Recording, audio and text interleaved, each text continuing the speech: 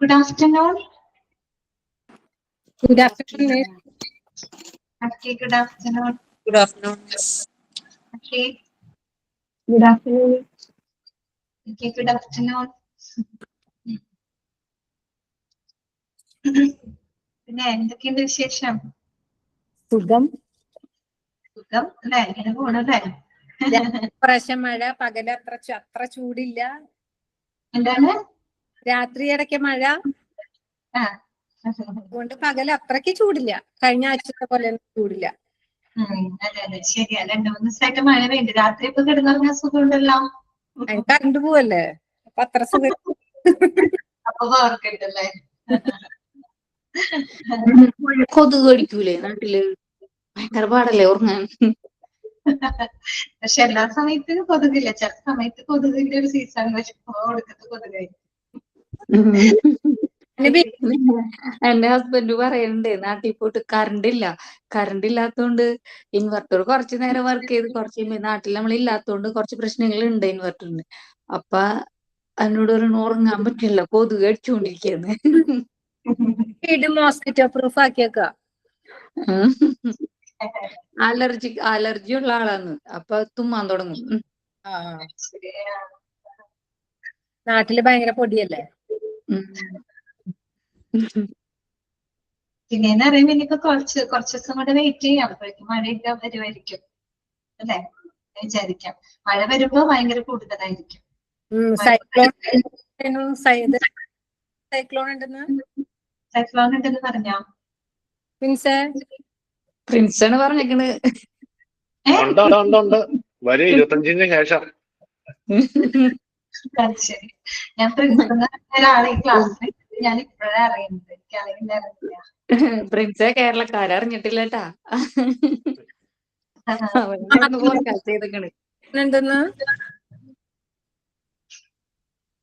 ഇങ്ങനെ പ്രിൻസ് ഞാൻ ശ്രദ്ധിച്ചിട്ടില്ല. അങ്ങനെ ഒരാളെ ക്ലാസ്സിൽ ഉണ്ടെന്ന് എനിക്ക് അറിയണ്ടായിരുന്നില്ല. ഇപ്പോഴാണ് ഞാൻ ശ്രദ്ധിക്കുന്നത്. പ്രിൻസ് മാവേലിയാ. നാട്ടിലാണോ? മാവേലി. നാട്ടിലില്ലാന്നാണോ നാട്ടിലാണെന്നാണോ? മാവേലിയാന്ന്. കേറുള്ളൂ. പ്രിൻസ് സൗദി അറേബ്യയിലാ. അത് ശരി. പറയടാ, നീ എന്നെ കൊണ്ട് പറയിക്കണ. ഞാന് പറയുന്നുണ്ട്, പക്ഷെ മൈക്ക് ചെയ്തായിരുന്നു. മൈക്ക് ഓഫ് ആക്കി വെച്ചിട്ട് നീ പറഞ്ഞിട്ട് എന്താ കാര്യം? ഞാൻ ഇപ്പഴല്ലേ കണ്ടേ. ഒന്നുമില്ല, നിന്റെ സ്വരം പുറത്തു വരുന്നില്ല കേൾക്കുമ്പോഴേക്കും നിനക്ക് മനസ്സിലാവണ്ടേ? ഓക്കെ. അപ്പൊ ഞാന് വേറെ മിസ്സുമാരെ എന്നോട് ഇതിന് പറഞ്ഞു, ക്ലാസ്സില് പറഞ്ഞപ്പോ ഞാൻ പറഞ്ഞു ഏത് ക്ലാസ്സിൽ അങ്ങനെ ഒരാളൊന്നും ഇല്ലാന്ന് ഞാൻ പറഞ്ഞു. കണ്ടിട്ടില്ല, അതുകൊണ്ടാണ് മനസ്സിലായി. പ്രിൻസ് എപ്പോഴും അതുകൊണ്ടാ. എന്താണ്? പ്രിൻസ് എപ്പോഴും ഡ്യൂട്ടി ഉള്ള ആരുണ്ടായിരിക്കും അല്ലെ? ഓക്കെ. അപ്പൊ ശരി, എന്താണ് ഇപ്പൊ പരിചയപ്പെടാൻ സാധിച്ചതിൽ സന്തോഷം. എടാ നിന്നോടാ. ഓക്കെ. അപ്പൊ നമുക്ക് ക്ലാസ്സിലോട്ട് പോകാം കേട്ടോ. കഴിഞ്ഞ ക്ലാസ്സിൽ നമ്മള് ക്ലിനിക്കൽ ഡാറ്റ വരെയാണ്. ക്ലിനിക്കൽ ഡാറ്റ അല്ലെ? നമ്മള് മെഡിക്കൽ റെക്കോർഡിലെ കണ്ടന്റുകളാണ് പഠിച്ചുകൊണ്ടിരിക്കുന്നത്. അപ്പൊ അതിനകത്ത് നമ്മള് 2 കാറ്റഗറി ആയിട്ടാണ് അത് പഠിക്കുന്നത്. ഒന്ന് ഡാറ്റ റിലേറ്റഡ് വിത്ത് അഡ്മിനിസ്ട്രേഷൻ അല്ലെ? അഡ്മിനിസ്ട്രേഷനുമായിട്ട് ബന്ധപ്പെട്ട വിവരങ്ങളാണ് ഒരു കണ്ടന്റ് ആയിട്ട് വരുന്നത്. പിന്നെ നെക്സ്റ്റ് വരുന്നത് ക്ലിനിക്കൽ ഡാറ്റകളാണ്. അപ്പൊ നമ്മുടെ ചികിത്സയുമായിട്ട് ബന്ധപ്പെട്ട ഡാറ്റകളും മറ്റുമാണ്. അപ്പൊ നമ്മൾ ഇന്നത്തെ അതിനകത്ത് ലാസ്റ്റ് പറഞ്ഞു നിർത്തിയത് റേഡിയോളജി റിപ്പോർട്ട് വരെയാണ് പറഞ്ഞു നിർത്തിയത് കേട്ടോ. ഓക്കെ. റേഡിയോളജി റിപ്പോർട്ട് വരെയല്ലേ പറഞ്ഞത്? അതെ. Radiology report. റേഡിയോളജി റിപ്പോർട്ടിനകത്ത് എന്തൊക്കെയാണെന്നുള്ളത് നമുക്കറിയാം അല്ലെ?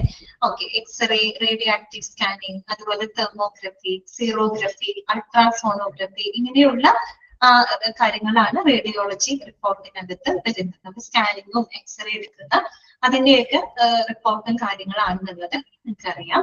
ഇനി നെക്സ്റ്റ് വരുന്നതാണ് കൺസൾട്ടേഷൻ റിപ്പോർട്ട്. എന്താണ് കൺസൾട്ടേഷൻ റിപ്പോർട്ട് എന്ന് പറയുമ്പോൾ? കൺസൾട്ടേഷൻ റിപ്പോർട്ട് മീൻസ് എന്താണ്? It includes an opinion of a patient's condition by a specialised physician other than specialised physician. അത്രയും മതി കേട്ടോ, അവിടെ ഫുൾ സ്റ്റോപ്പ് ചെയ്തോ. അതായത് നമ്മൾ ഒരു പേഷ്യന്റിന്റെ ആ ഒരു പരിശോധന കാര്യങ്ങള് ഈ ഒരു സ്പെഷ്യലൈസ്ഡ് ഫിസിഷ്യൻ ആണ് കേട്ടോ, എന്ന് വെച്ചാൽ ഒരു പ്രത്യേക വിഭാഗത്തിലെ ഈ പറയുന്ന എക്സ്പേർട്ട് ആയിട്ടുള്ള ഒരു ഡോക്ടറുടെ എന്താണ് അഭിപ്രായം, അതായത് ഒരു രോഗിയെ പരിശോധിച്ചതിന് ശേഷം ഒരു പ്രത്യേക വിഭാഗത്തിലെ സ്പെഷ്യലൈസ്ഡ് ഡോക്ടർ നൽകുന്ന അഭിപ്രായമാണ് ഇത് നമ്മൾ ഈ പറയുന്ന കൺസൾട്ടേഷൻ റിപ്പോർട്ട്. രോഗിയുടെ അവസ്ഥയെ പറ്റിയിട്ട് ഒരു സ്പെഷ്യലൈസ്ഡ് ഡോക്ടർ നൽകുന്ന opinion. Okay, that is called consultation report. അതൊന്ന് അണ്ടർലൈൻ ചെയ്തോളൂ കേട്ടോ. ഇറ്റ് ഇൻക്ലൂഡ്സ് കൺസൾട്ടേഷൻ റിപ്പോർട്ട് എന്ന് പറഞ്ഞാൽ എന്താണ്? It is an opinion of a patient's condition by a specialised physician കേട്ടോ. ഓക്കെ, ഇനി എങ്ങനെയാണ് ഒരു ഡോക്ടർ ഈ പറയുന്ന അവരുടെ ഒപ്പീനിയൻ രേഖപ്പെടുത്തുന്നത്? എന്തിന്റെയൊക്കെ അടിസ്ഥാനത്തിലാണ് എന്നാണ് നെക്സ്റ്റ് പറയുന്നത്. This opinion is dependent upon the review of the patient's medical record. അതായത് ഒരു പേഷ്യന്റിന്റെ മെഡിക്കൽ റെക്കോർഡുകൾ പരിശോധിച്ച്, മെഡിക്കൽ റെക്കോർഡിൽ എന്തൊക്കെയുണ്ടെന്ന് നമുക്കറിയാലോ, അപ്പൊ മെഡിക്കൽ റെക്കോർഡ് പരിശോധിച്ചു. അതുപോലെ തന്നെ എക്സാമിനേഷൻ ഓഫ് അറ്റൻഡിങ് ഫിസിഷ്യൻ, അവരെ നിലവിൽ ചികിത്സിക്കുന്ന ഡോക്ടർ ഉണ്ടല്ലോ, ആ ഡോക്ടറുമായിട്ട് സംസാരിച്ചു. അതുപോലെ തന്നെ and patient and conferencing with attending physician, രോഗിയെ നേരിട്ട് പരിശോധിച്ചും രോഗിയെ നിലവിൽ ചികിത്സിക്കുന്ന അവരുടെ ഡോക്ടറുമായിട്ടൊക്കെ നേരിട്ട് കണ്ടും സംസാരിച്ചും മെഡിക്കൽ റെക്കോർഡുകളും മറ്റുമൊക്കെ പരിശോധിച്ചതിന് ശേഷം എന്താണ് ഒരു സ്പെഷ്യലൈസ്ഡ് ഡോക്ടർ എന്താണ് നൽകുന്ന അഭിപ്രായം, അല്ലെങ്കിൽ ആ ഒരു പേഷ്യന്റിന്റെ കണ്ടീഷനെ പറ്റിയിട്ട് അവർ നൽകുന്ന ഒപ്പീനിയൻ ആണ് എന്ത് കൺസൾട്ടേഷൻ റിപ്പോർട്ട് എന്ന് പറയുന്നത്. മനസ്സിലായല്ലോ? It includes an opinion of a patient's condition by a specialised physician. This opinion is dependent upon the review of the patient's medical record, examination of attending physician, and the patient and the conferencing with the attending physician. കേട്ടോ, അത്രയേ ഉള്ളൂ. മനസ്സിലായോ പറഞ്ഞത്? Okay അല്ലേ? Consultation report എന്താണെന്ന് അതങ്ങനെ തന്നെ direct ആയിട്ട് ചോദിക്കാം കേട്ടോ.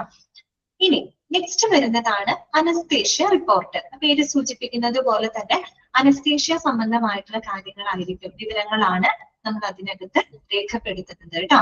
It includes medication before operation, the amount of concentration of anaesthesia given, time given and effect. Okay, അതായത് നമ്മൾ ഓപ്പറേഷന് മുമ്പായിട്ടാണല്ലോ നമ്മൾ അനസ്തേഷ്യ മറ്റും കൊടുക്കുന്നത്. അപ്പൊ ഓപ്പറേഷന് മുമ്പ് നമ്മൾ അനസ്തേഷ്യക്കായിട്ട് കൊടുത്ത മരുന്ന് എന്താണ്, എത്ര കോൺസെൻട്രേഷൻ ആണ്, എത്ര എമൗണ്ടിലാണ് നമ്മളത് അനസ്തേഷ്യ കൊടുത്തിട്ടുള്ളത്, അത് കൊടുത്ത സമയം, പിന്നെ ആ ഒരു അനസ്തേഷ്യ കൊടുത്തതിന് ശേഷം അതിന്റെ ആ ഒരു ഇഫക്റ്റ് എന്താണ്, ഇങ്ങനെയുള്ള എല്ലാ വിവരങ്ങളും വിശദമായിട്ട് നമ്മൾ എന്തിനകത്ത് രേഖപ്പെടുത്തുന്നുണ്ട്, അനസ്തേഷ്യ റിപ്പോർട്ടിനകത്ത് രേഖപ്പെടുത്തുന്നുണ്ട്. ഓക്കെ, പിന്നെ മാത്രമല്ല also it includes anaesthetic agent, the amount, the technique used to execute it, the effect and duration of the anaesthetic, the temperature, pulse, respiration and blood pressure etcetera. അതുകൂടാതെ നമ്മൾ എന്ത് അനസ്തെറ്റിക് ഏജന്റ്, എന്ത് anaesthesia medicine ആണ് നമ്മൾ അവർക്ക് കൊടുത്തിട്ടുള്ളത്, എത്ര എമൗണ്ടിലാണ് കൊടുത്തിട്ടുള്ളത്, ഏത് ടെക്നിക്ക് ഉപയോഗിച്ചുകൊണ്ടാണ് നമ്മൾ ആ ഒരു മെഡിസിൻ അല്ല അനസ്തേഷ്യ അവർക്ക് കൊടുത്തിട്ടുണ്ട്. പല രീതിയിൽ കൊടുക്കാമല്ലോ, മാസ്ക് വഴി കൊടുക്കാം, IV ആയിട്ടൊക്കെ അനസ്തേഷ്യ കൊടുക്കാം. ഏത് രീതിയിലാണ് അവർക്ക് അനസ്തേഷ്യ കൊടുത്തിട്ടുള്ളത്, അനസ്തേഷ്യ കൊടുത്തതിന് ശേഷം എന്താണ് അവരുടെ ഒരു മീൻസ് അവരുടെ ശരീരത്തിലുള്ള എഫക്റ്റ് എന്താണ്, എത്ര നേരത്തേക്കാണ് നമ്മൾ അനസ്തേഷ്യ കൊടുത്തിട്ടുള്ളത്, അതോടൊപ്പം തന്നെ എന്താണ് നമ്മൾ രോഗിയുടെ ടെമ്പറേച്ചർ, പൾസ്, പിന്നെ അവരുടെ എന്താ പറയാ ശ്വസനം, അങ്ങനെയുള്ള കാര്യങ്ങൾ, ബ്ലഡ് പ്രഷർ, ഇതെല്ലാം തന്നെ നമ്മൾ എന്ത് ചെയ്യുന്നുണ്ട്, അതിനകത്ത് മോണിറ്റർ ചെയ്യുന്നുണ്ട്. നമ്മള് ഫസ്റ്റ് മൊഡ്യൂളൊക്കെ പഠിച്ചപ്പോ ഡിപ്പാർട്ട്മെന്റ്സ് പഠിച്ചില്ലേ, അപ്പൊ അതിനകത്ത് നമ്മൾ അനസ്തേഷ്യ ഒക്കെ പഠിച്ചപ്പോ ലോക്കൽ അനസ്തേഷ്യ, ജനറൽ അനസ്തേഷ്യ ഒക്കെ പഠിച്ചില്ലേ.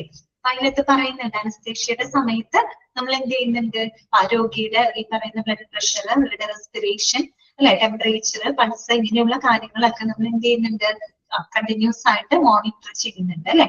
ഓക്കെ, ഇത്രയും കാര്യങ്ങളൊക്കെയാണ് അനസ്തേഷ്യ റിപ്പോർട്ടിനകത്ത് ഉൾപ്പെടുത്തിയിരിക്കുന്നത്. കൂടുതലൊരു വിശദീകരണത്തിന് ആവശ്യമില്ല എന്ന് തോന്നുന്നു, നമുക്ക് എല്ലാവർക്കും അറിയാവുന്ന ഒരു കാര്യമാണ് കേട്ടോ അനസ്തേഷ്യ റിപ്പോർട്ട്.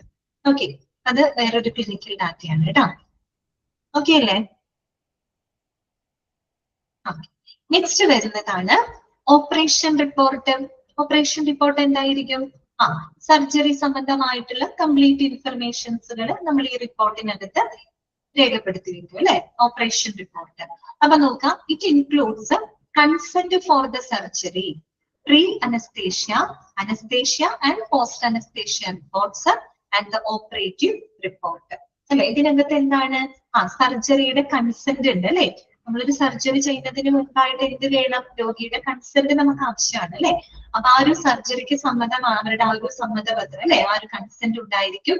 ഇനി അനസ്തേഷ്യക്ക് മുൻപ് എന്താണ് അവരുടെ അവസ്ഥ, അനസ്തേഷ്യ കൊടുക്കുന്ന സമയത്തും അനസ്തേഷ്യക്ക് പോസ്റ്റ് അനസ്തേഷ്യക്ക് ശേഷമുള്ള അവരുടെ കണ്ടീഷൻസ്, ഒപ്പം ഓപ്പറേറ്റീവ് റിപ്പോർട്ട്, അതായത് ശസ്ത്രക്രിയയുടെ ഡീറ്റെയിൽസുകളും അതിനോടൊപ്പം. നമ്മൾ ഈ ശസ്ത്രക്രിയയുടെ ഭാഗമായിട്ടാണ് അനസ്തേഷ്യ ചെയ്യുന്നതല്ലോ, അപ്പൊ അതുകൊണ്ട് അനസ്തേഷ്യക്ക് മുമ്പ് എന്തായിരുന്നു അവരുടെ അവസ്ഥ എന്താണ്, അനസ്തേഷ്യ സമയത്ത് എങ്ങനെയാണ്, അതിനുശേഷം എന്താണ്, പിന്നെ സർജറിയുമായിട്ട് ബന്ധപ്പെട്ട വിവരങ്ങൾ, ഇത്രയുമാണ് അതിനകത്ത് ഇൻക്ലൂഡ് ചെയ്തിരിക്കുന്നത് കേട്ടോ. ഇനി A pre operative diagnosis should be recorded before the surgery കേട്ടോ. എന്താണ്, A pre operative diagnosis should be recorded before surgery. എപ്പോഴും നമ്മൾ സർജറിക്ക് മുൻപായിട്ട് തന്നെ ആ ഒരു അവരുടെ രോഗനിർണയം കൃത്യമായിട്ട് നമ്മൾ അതിൽ വ്യക്തമായിട്ട് റെക്കോർഡ് ചെയ്ത് വെച്ചിരിക്കണം കേട്ടോ. സർജറിക്ക് മുമ്പ് എന്തെങ്കിലും ഇഷ്യൂസ് ഉള്ളത് കൊണ്ടാണല്ലോ അവർ സർജറി ചെയ്യുന്നത്. അപ്പൊ സർജറിക്ക് മുൻപായിട്ട് അവരുടെ ഡയഗ്നോസിസ് എന്താണെന്നും അവരുടെ ഹെൽത്ത് കണ്ടീഷൻ എന്താണ് എന്നുള്ള കാര്യങ്ങൾ വ്യക്തമായിട്ട് അതിനകത്ത് റെക്കോർഡ് ചെയ്ത് വെച്ചിരിക്കണം. പിന്നെ എന്താ പറയുന്നത്, it involves full description of the detection both normal and abnormal അല്ലെ. അതുപോലെ നമ്മൾ സർജറി ഒക്കെ ചെയ്യുന്ന സമയത്ത് അതിന് മുമ്പൊക്കെ അവരുടെ നോർമൽ ആയിട്ടും അബ്നോർമൽ ആയിട്ടുണ്ടായിരുന്ന അവരുടെ ശരീരത്തിലുള്ള കാര്യങ്ങളും, അതുപോലെ ഓർഗൻസ് എക്സ്പ്ലോർഡ് മീൻസ് ഏതൊക്കെ അവയവങ്ങള് അതിന്റെ പരിശോധിച്ചിട്ടുണ്ട് അല്ലെ, ഇതിന്റെയാണ് ശസ്ത്രക്രിയ ചെയ്യുന്ന ഏതൊക്കെ അവയവങ്ങൾ അതിനകത്ത് നമ്മള് എന്താണ് പരിശോധിച്ചിട്ടുണ്ട്, പിന്നെ പ്രൊസീജിയർ എന്തൊക്കെ ശസ്ത്രക്രിയ നടപടിക്രമങ്ങളാണ് നമ്മൾ ചെയ്തിട്ടുള്ളത്, പിന്നെ എത്ര സ്വിച്ചേഴ്സ് തുന്നലുകൾ അല്ലെ, ഓക്കെ എത്ര തുന്നലുകൾ, അതുപോലെ ഡ്രെയിൻസ്, സ്പോഞ്ചസ്, നമ്മൾ ഈ സർജറിയുടെ ഭാഗമായിട്ട് ഉപയോഗിക്കുന്ന കാര്യങ്ങളാണ് അല്ലെ, ഡ്രെയിൻസ്, ട്യൂബ്സ് കാര്യങ്ങളൊക്കെ നമ്മൾ ഉപയോഗിക്കുന്നത് എന്ത് മെറ്റീരിയൽ ആണ്, എങ്ങനെയാണ് ഉപയോഗിക്കുന്നത്, സ്പോഞ്ചസ് മീൻസ് കോട്ടൺസും അല്ലെ, തുണി അല്ലെങ്കിൽ വണ്ടി ഇങ്ങനെയുള്ള സംഭവങ്ങളൊക്കെ നമ്മൾ സർജറിക്കൊക്കെ ഉപയോഗിക്കുന്നുണ്ട് അല്ലെ. അതൊക്കെ കംപ്ലീറ്റ് അതിന്റെയൊക്കെ ഡീറ്റെയിൽസ് അതിന് കൃത്യമായിട്ട് എഴുതിയിട്ടുണ്ടായിരിക്കും. അതുപോലെ name of surgeons and assistance കേട്ടോ, സർജറി ചെയ്തിട്ടുള്ള ഡോക്ടേഴ്സ്, സർജൻസിന്റെയും അവരുടെ അസിസ്റ്റൻസിന്റെയും പേര് വിവരങ്ങളെല്ലാം തന്നെ ഓപ്പറേഷൻ റിപ്പോർട്ടിനകത്ത് ഉണ്ടായിരിക്കും. അത്രയേ ഉള്ളൂ കേട്ടോ. അതാണ് ഓപ്പറേഷൻ റിപ്പോർട്ടിനെ പറ്റിയിട്ട് മനസ്സിലാക്കാനുള്ളത്. ഇനി അടുത്തതാണ് ഇത് recovery room record. Recovery room record എന്ന് പറയുന്നത് എന്താണ്, it involves complete record from the time the patient leaves the operating room till he reaches the nursing room. അതായത് ഒരു പേഷ്യന്റ് സർജറി കഴിഞ്ഞ് അവർ ഓപ്പറേഷൻ തിയേറ്ററിൽ നിന്ന് ഇറങ്ങിയതിനു ശേഷം നഴ്സിംഗ് റൂം എത്തുന്നത് വരെയുള്ള കാര്യങ്ങളാണ് നമ്മൾ റിക്കവറി റൂം റെക്കോർഡിനകത്ത് രേഖപ്പെടുത്തുന്നത് കേട്ടോ. It involves the complete record from the time the patient leaves the operating room till he reaches the nursing room. Operation കഴിഞ്ഞ് ഓപ്പറേറ്റിംഗ് റൂമിൽ നിന്ന് പുറത്തിറങ്ങുന്നത് തൊട്ട് നഴ്സിംഗ് റൂം എത്തുന്നത് വരെയുള്ള വിവരങ്ങളാണ് റിക്കവറി റൂം റെക്കോർഡിനകത്ത് നമ്മൾ രേഖപ്പെടുത്തുന്നത്. ഓക്കെ, അടുത്തത് എന്താണ്, നഴ്സിംഗ് നോട്ട്സ്. നഴ്സിംഗ് നോട്ട്സ് എന്തായിരിക്കും, നഴ്സിംഗ് ഒബ്സർവേഷൻസ് ആണ് അല്ലെ. രോഗിയെ പരിചരിക്കുന്ന നഴ്സിംഗ് ഒബ്സർവേഷൻസും കാര്യങ്ങളും ഒക്കെയാണ് നഴ്സിംഗ് നോട്ട്സിനകത്ത് നമ്മൾ രേഖപ്പെടുത്തുന്നത്. Okay, it includes the nurses observations of the patient, care and treatment given to the patient and the patient's response to the treatment അല്ലെ. ഇതൊക്കെ കാര്യങ്ങളാണ് നമ്മളൊരു നഴ്സിംഗ് നോട്ട്സിനകത്ത് ഉൾപ്പെടുത്തുന്ന പോയിന്റുകളായിട്ട് നോട്ട് ചെയ്ത് വെച്ചാൽ മതി കേട്ടോ. ഒന്ന് നഴ്സസ് ഒബ്സർവേഷൻ ഓഫ് ദ പേഷ്യന്റിന്റെ പറ്റിയിട്ടുള്ള നഴ്സിന്റെ ഒബ്സർവേഷൻസ്, അതുപോലെ നഴ്സ് അവർക്ക് കൊടുക്കുന്ന പരിചരണങ്ങള്, ചികിത്സകള് അല്ലെ, ഓരോ ചികിത്സയോടും പേഷ്യന്റിന്റെ റെസ്പോൺസ് എങ്ങനെയാണ് അല്ലെ, ഇതൊക്കെ കറക്റ്റ് ആയിട്ട് അവരെന്ത് ചെയ്യുന്നുണ്ട്, അതിനകത്ത് രേഖപ്പെടുത്തി വെക്കുന്നുണ്ട്. അതുപോലെ it narrates the patients requirements, problems, capabilities and limitations in respect of the patient behaviour. അതിനു പുറമെ പേഷ്യന്റിന്റെ ആവശ്യങ്ങള്, അവരുടെ പ്രശ്നങ്ങള്, അവരുടെ താല്പര്യം എന്ന് വെച്ചാൽ അങ്ങനെയല്ല, അവരുടെ കേപ്പബിലിറ്റി, അവരുടെ നിലവിൽ അവരുടെ ശാരീരിക അവസ്ഥയിൽ അവർക്ക് എന്തൊക്കെ കാര്യങ്ങൾ ചെയ്യാൻ സാധിക്കുന്നുണ്ട്, അതുപോലെ അവരുടെ പെരുമാറ്റം ഉൾപ്പെടെയുള്ള കാര്യങ്ങൾ എന്ത് ചെയ്യുന്നുണ്ട്, നഴ്സിംഗ് നോട്ട്സിനകത്ത് രേഖപ്പെടുത്തി വെക്കുന്നുണ്ട് കേട്ടോ. പേഷ്യന്റിന്റെ ആവശ്യങ്ങൾ എന്താണ്, അവരുടെ പ്രോബ്ലംസ് എന്തൊക്കെയാണ്, അവരുടെ ലിമിറ്റേഷൻസ് എന്തൊക്കെയാണ്, എന്തൊക്കെ കാര്യങ്ങൾ അവർക്ക് ചെയ്യാൻ കഴിയുന്നുണ്ട്, പിന്നെ അവരുടെ പെരുമാറ്റം ഉൾപ്പെടെയുള്ള വിവരങ്ങൾ നഴ്സിംഗ് നോട്ട്സിനകത്ത് രേഖപ്പെടുത്തി വെക്കുന്നു. പിന്നെയോ, this document includes the statements of nursing measures which has to be taken to facilitate the medical care provided. അവർക്ക് നല്ലൊരു മെഡിക്കൽ പരിചരണങ്ങളും മറ്റും കൊടുക്കാനായിട്ട് നഴ്സിന്റെ ഭാഗത്ത് നിന്ന് അവരെടുക്കുന്ന എന്താ പറയാ മെഷേഴ്സ് അല്ലെ, അവരെടുക്കുന്ന നടപടിക്രമങ്ങളും ചികിത്സാ കാര്യങ്ങളും എല്ലാം തന്നെ ഈ ഒരു ഡോക്യുമെന്റിൽ കൃത്യമായിട്ട് ഉണ്ട് കേട്ടോ. ഇതാണ് നഴ്സിംഗ് നോട്ട്. വേറൊന്നുമല്ല, രോഗിയെ പറ്റിയിട്ടുള്ള നഴ്സിംഗ് ഒബ്സർവേഷൻസും നഴ്സ് ചെയ്യുന്ന കാര്യങ്ങളും അതൊക്കെയാണ് നഴ്സിംഗ് നോട്ട്സിനകത്ത് രേഖപ്പെടുത്തി വെക്കുന്നത്. ഓക്കെ, ഇതൊക്കെ അറിയാലോ, മനസ്സിലായല്ലോ? ഓക്കെ അല്ലേ? അല്ലേ, ഞാൻ ഇടയ്ക്ക് ഇങ്ങനെ ചോദിക്കുന്നത് നിങ്ങൾ അവിടെ ഉറങ്ങിപ്പോയോ എന്ന് അറിയാൻ വേണ്ടി ചോദിക്കുന്നതാണ് കേട്ടോ. ഇതൊക്കെ എല്ലാവർക്കും അറിയാവുന്ന കാര്യങ്ങളാണ്. ഓക്കെ, ഉറങ്ങിപ്പോയോ? ഉറങ്ങാണോ? ഇല്ല. ഓക്കെ, ഞാൻ നിങ്ങളെ കാണുന്നില്ലല്ലോ, അപ്പൊ എനിക്ക് അറിയില്ല നിങ്ങൾ ഉറങ്ങാണോ. കറക്റ്റ്. ഓക്കെ, അതൊരു മാത്രമല്ലേ ഉള്ളൂ. എന്താണ് സീജ? 1 വേ കൺവീനിങ് മാത്രമല്ലേ ഉള്ളൂ. എനിക്ക് ക്ലിയർ ആവണില്ല പറയുന്നത്, ഒന്നുകൂടെ പറയോ? 1 വേ ആയിട്ട് മാത്രല്ലേ ഇതുള്ളൂ, ഞങ്ങളുടെ റെസ്പോൺസ് അധികം കിട്ടുന്നില്ലല്ലോ എന്ന്. ഇവിടെ ഞാൻ മാത്രമേ ഇങ്ങനെ റേഡിയോ പോലെ സംസാരിച്ചുകൊണ്ടിരിക്കുന്നുള്ളൂ. അങ്ങനെയാണ് ഈ ക്ലാസ്സുകളിലൊക്കെ അങ്ങനെയാ. ഈ HAലും HRM ഒക്കെ ഉണ്ട്, അതൊക്കെ ഉണ്ടെങ്കിൽ. പക്ഷെ MT ഉണ്ടല്ലോ, ഞാൻ പറഞ്ഞിട്ട് തോന്നുന്നു നിങ്ങളോട്, MTയുടെ ക്ലാസ്സുകൾ ഇവിടെ പോകുന്നുണ്ട് മോണ്ടിസോറിയുടെ. അവിടെ ഇങ്ങനെയല്ല, നേരെ തിരിച്ചാ. അവിടെ ടീച്ചർ ഒരു ഫെസിലിറ്റേറ്റർ മാത്രമാണ്, അവരാണ് സംസാരിക്കുന്നത്. അതുകൊണ്ട് അവര് തമ്മിൽ ഭയങ്കര ഇന്ററാക്ഷനും കാര്യങ്ങളൊക്കെ ഉണ്ടാവും. പക്ഷെ നമ്മുടെ ഈ HR എന്നൊക്കെ പറഞ്ഞ് ക്ലാസ്സിൽ കയറുക, ഓൾമിട്ട് കൊടുക്കാം, അങ്ങനെ ഇങ്ങോട്ട് പറഞ്ഞുകൊണ്ട് റേഡിയോ പോലെ നമ്മൾ നിർത്താതെ ഇങ്ങനെ സംസാരിക്കാം. അതാണ്, ഇടയ്ക്ക് നിങ്ങൾ ഓർമ്മയുണ്ടോ എന്ന് അറിയാൻ വേണ്ടി മാത്രം ചോദിക്കാം. അത്രേ ഉള്ളൂ. ഓക്കെ, അടുത്തതാണ് TPR ചാർട്ട് കേട്ടോ. TPR ചാർട്ടിൽ T എന്താണ്, P എന്താണ്, R എന്താണ്, അത് നിങ്ങൾ നോട്ട് ചെയ്ത് വെക്കണം കേട്ടോ. ഓക്കെ, TPR ചാർട്ട് എന്ന് പറയുമ്പോൾ അതിനകത്ത് എന്തൊക്കെ കാര്യങ്ങളാണ്? ടെമ്പറേച്ചർ, T4 എന്താണ്, ടെമ്പറേച്ചർ ആണ് കേട്ടോ, താപനില. പിന്നെ P പൾസ്, R4 റെസ്പിറേഷൻ. ചിലപ്പോ ഓപ്ഷനിൽ P പ്രഷർ എന്നൊക്കെ പറഞ്ഞു തരും കേട്ടോ, പ്രഷർ അങ്ങനെയൊക്കെ തരും, അപ്പൊ മാറിപ്പോകരുത്, നോട്ട് ചെയ്ത് വെക്കണം. T4 ടെമ്പറേച്ചർ ആണ്, P4 പൾസ് ആണ് കേട്ടോ, പൾസ്. R4 റെസ്പിറേഷൻ കേട്ടോ, ഇത്രയും കാര്യങ്ങൾ. And blood pressure measurements R listed in this form കേട്ടോ. പിന്നെ BP, ഇങ്ങനെയുള്ള കാര്യങ്ങളൊക്കെയാണ് TPR ചാർട്ടിനകത്ത് രേഖപ്പെടുത്തുന്നത് കേട്ടോ. അപ്പൊ TPR ചാർട്ടിൽ T stands for, P stands for, R stands for ഒക്കെ നോട്ട് ചെയ്ത് വെക്കണം കേട്ടോ. അടുത്തതാണ് എന്ത്, മെഡിക്കേഷൻ ഷീറ്റ്.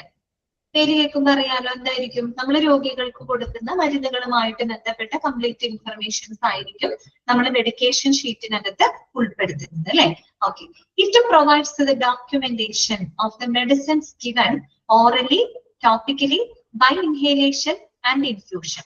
അതെ, നമ്മൾ രോഗിക്ക് കൊടുക്കുന്ന എല്ലാ തരം മരുന്നുകളും ഏതൊക്കെ രീതിയിലാണ് നമ്മൾ കൊടുക്കുന്നത്. ഓറലി കൊടുക്കുന്ന മെഡിസിൻസ് ഉണ്ട് അല്ലെ, ടോപ്പിക്കലി എന്ന് പറയുമ്പോൾ നമ്മുടെ ബോഡി സർഫസ് വഴിയായിട്ട് ഇപ്പൊ ഓയിൽമെന്റുകളൊക്കെ ഇല്ലേ, ഓയിൽമെന്റ് നമുക്ക് സ്കിൻ ഇഷ്യൂസ് ഒക്കെ വരുന്ന സമയത്ത് ഡോക്ടേഴ്സ് നമുക്ക് ഓയിൽമെന്റും കാര്യങ്ങളൊക്കെ തരും. അതെങ്ങനെയാ, ഓയിൽമെന്റ് നമ്മൾ ബോഡി സർഫസിലൂടെയാണ് അല്ലെ, ബോഡി സർഫസിലൊക്കെ ഉപയോഗിക്കുന്നത്, അതാണ് ഉദ്ദേശിക്കുന്നത് കേട്ടോ. Topically means it is the medicines ആണ് that is applied on the body surface കേട്ടോ.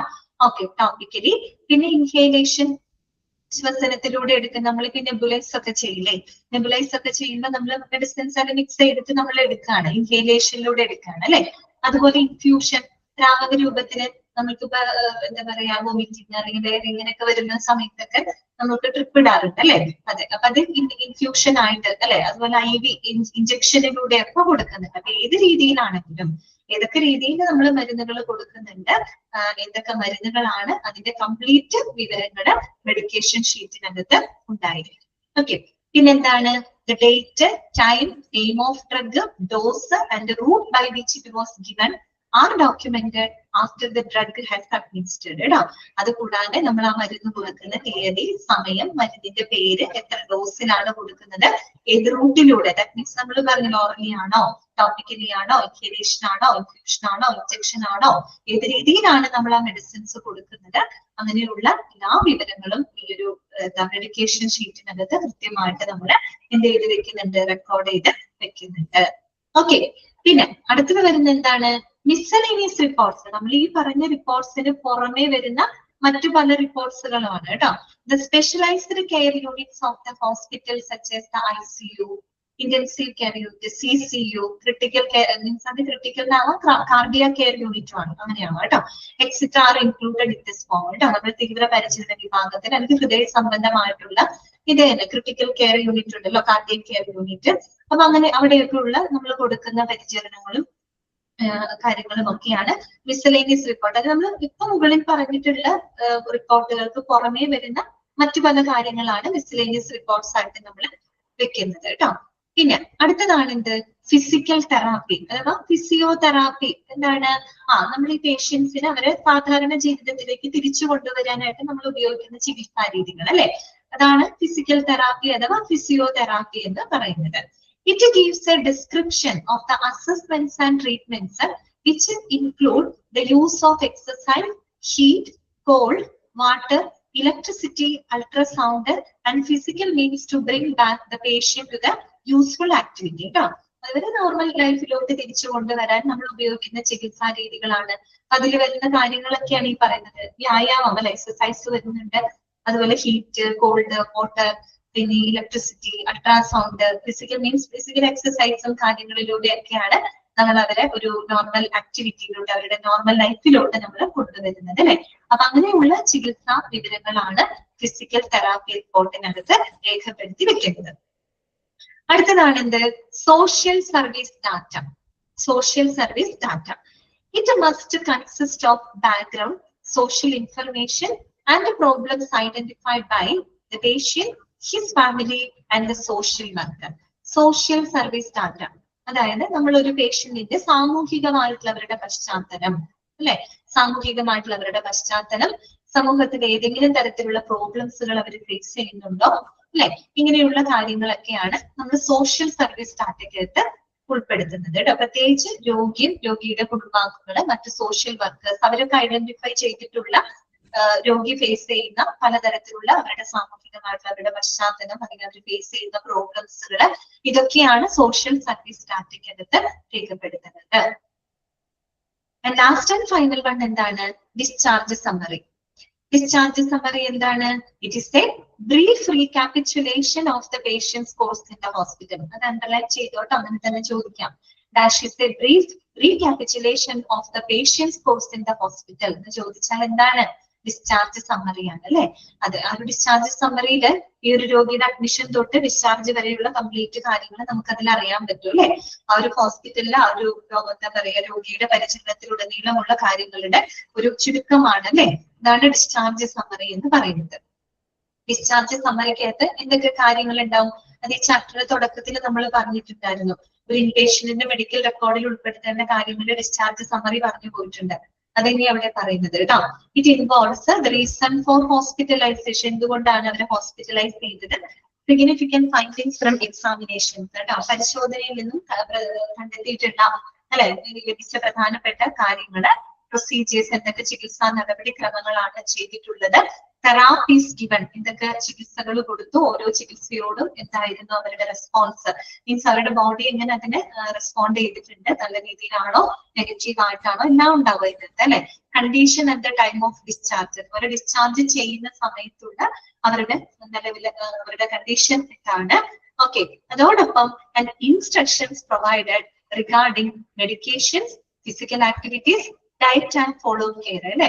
അതുകൂടാതെ ഡിസ്ചാർജിന് ശേഷം നമ്മൾ അവർക്ക് പല നിർദ്ദേശങ്ങളും കാര്യങ്ങളും കൊടുക്കുന്നുണ്ട് അല്ലെ. അവർ കഴിക്കേണ്ട മരുന്നുകളെ പറ്റിയിട്ട്, അവർ ചെയ്യേണ്ട ചില എന്തെങ്കിലും എക്സസൈസോ കാര്യങ്ങളോ ഒക്കെ ഉണ്ടാവും അല്ലെ. ഫിസിക്കൽ ആക്ടിവിറ്റീസ്, അല്ലെങ്കിൽ അവർ ഫോളോ ചെയ്യേണ്ട ഡയറ്റുകള്, മറ്റു ഫോളോ അപ്പ് കെയർ അല്ലെ, തുടർ പരിചരണങ്ങളെ പറ്റിയിട്ടൊക്കെ ഒരു ഡോക്ടർ അവർക്ക് കൊടുക്കുന്ന കംപ്ലീറ്റ് നിർദ്ദേശങ്ങൾ. ഡിസ്ചാർജോടുകൂടി കംപ്ലീറ്റ് ആകുന്നില്ല, ഡിസ്ചാർജിന് ശേഷം അവർ വീട്ടിൽ പോയിട്ട് കുറെ കാര്യങ്ങൾ ശ്രദ്ധിക്കാനുണ്ട് അല്ലെ. മരുന്നുകളുടെ പറ്റിയിട്ടോ ചില ആളുകൾക്ക് വല്ല ഫിസിക്കൽ ആയിട്ടുള്ള എന്തെങ്കിലും എക്സസൈസോ കാര്യങ്ങളോ ഒക്കെ ഡോക്ടർ സജസ്റ്റ് ചെയ്തിട്ടുണ്ടാവാം അല്ലെ. ഓക്കെ, അപ്പൊ അങ്ങനെയുള്ള ഫിസിക്കൽ ആക്ടിവിറ്റീസ് അവര് ഫോളോ ചെയ്ത് ഡയറ്റ് പിന്നെ അതിന്റെ തുടർ പരിചരണങ്ങളെ പറ്റിയിട്ട് ഒരു ഡോക്ടർ നൽകുന്ന നിർദ്ദേശങ്ങളും ഒരു ഡിസ്ചാർജ് സമ്മറിക്കകത്ത് രേഖപ്പെടുത്തുന്നുണ്ട് കേട്ടോ. അപ്പൊ അതൊക്കെ നിങ്ങൾ ഓരോ പോയിന്റുകളായിട്ടൊന്ന് നോട്ട് ചെയ്ത് വെച്ചാൽ മതി. ഒരു ഡിസ്ചാർജ് സമ്മറിയിൽ എന്തൊക്കെയാണ് ഉൾപ്പെടുത്തുന്നത് കേട്ടോ. ഇത്രയുമാണ് എന്നിൽ വരുന്നത്, ക്ലിനിക്കൽ ഡാറ്റയ്ക്കകത്ത് വരുന്നത്. നമ്മൾ പഠിച്ച കാര്യം ഇത്രയേ ഉള്ളൂ. മെഡിക്കൽ റെക്കോർഡിലെ കണ്ടന്റുകളെ പറ്റിയിട്ടാണ് നമ്മൾ ഈ പറഞ്ഞുകൊണ്ടിരുന്നത്. ഓക്കെ, അപ്പൊ രണ്ട് രീതിയിലുള്ള കണ്ടന്റുകളാണ്.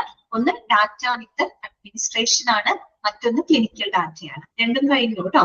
ഡാറ്റ വിത്ത് അഡ്മിനിസ്ട്രേഷൻ അറിയാലോ, ഹോസ്പിറ്റലിന്റെ ഭരണവുമായിട്ട് ബന്ധപ്പെട്ട കാര്യം, ചികിത്സയുമായിട്ട് നേരിട്ട് ബന്ധമുള്ള കാര്യങ്ങളല്ല, അല്ലാത്ത കാര്യങ്ങൾ. ഓക്കെ, പിന്നെ ക്ലിനിക്കൽ ഡാറ്റ എന്ന് പറയുന്നത് ചികിത്സാപരമായിട്ടുള്ള കാര്യങ്ങളാണ്. ഇത് ഇങ്ങനെ ചോദിക്കാം കേട്ടോ, ഡയറക്റ്റ് ആയിട്ട് ചോദിക്കാം. വിച്ച് ക്ലിനിക്കൽ ഡാറ്റ പ്രൊവൈഡ്സ് ഇത് എന്നൊക്കെ പറഞ്ഞുള്ള ക്വസ്റ്റ്യൻസ് വരാം കേട്ടോ. എന്താണ് കൺസൾട്ടേഷൻ റിപ്പോർട്ട്, എന്താണ് ഫിസിഷ്യൻ ഓർഡർ, എന്താണ് സോഷ്യൽ സർവീസ് ഡാറ്റ, എന്താണ് പ്രോഗ്രസ് നോട്ട്, എന്താണ് DPR ചാർട്ടിൽ D എന്താണ്, P എന്താണ്, R എന്താണ്, ഈ രീതിയിലുള്ള ക്വസ്റ്റ്യൻസുകളൊക്കെ വന്ന് എക്സ്പെക്ട് ചെയ്യുക കേട്ടോ. അത് ഇമ്പോർട്ടന്റ് ആയിട്ട് തന്നെ നോക്കി വയ്ക്കാം. ക്ലിയർ ആയെന്ന് വിചാരിക്കുന്നു കേട്ടോ. ഓക്കെ അല്ലേ എല്ലാവർക്കും? ഒന്ന് വായിച്ചു നോക്കിപ്പോ കേട്ടോ, ക്ലിനിക്കൽ ഡാറ്റകളെ ജസ്റ്റ് ഒന്ന് വായിച്ചു നോക്കിപ്പോ, എന്നിട്ട് നമുക്ക് അടുത്തത് പറയാം.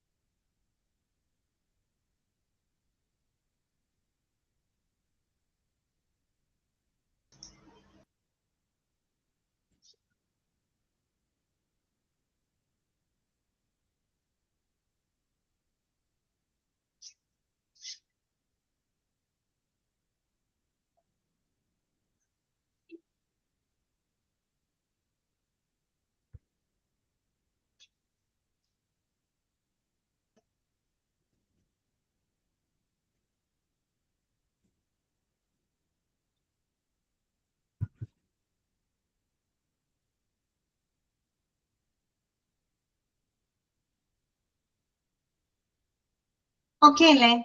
നമുക്ക് അടുത്തത് പറയാം അല്ലെ. നെക്സ്റ്റ് നമുക്ക് നോക്കാം. അടുത്തതാണ് assembling of medical record forms. അത് അത്ര ഇമ്പോർട്ടന്റ് അല്ല കേട്ടോ. നമ്മൾ ഇപ്പൊ ഈ ടോപ്പിക് അത്ര ഇമ്പോർട്ടന്റ് അല്ല, അറിഞ്ഞിരുന്നാൽ മതി. Assembling of medical record forms. നമ്മൾ ഈ മെഡിക്കൽ റെക്കോർഡുകൾ ഒരു ഫോൾഡറിൽ എങ്ങനെയാണ് നമ്മൾ അതിനെ ക്രമീകരിച്ചു വെക്കുന്നത് കേട്ടോ. അതാണ് അവിടെ കൊടുത്തിരിക്കുന്നത്. ആ ഒരു നമ്മളത് അടുക്കി വെക്കുന്നതിന് ഒരു ഓർഡർ ഉണ്ട്. ആ ഒരു ഓർഡർ ആണ് അവിടെ അവിടെ കൊടുത്തിരിക്കുന്നത്.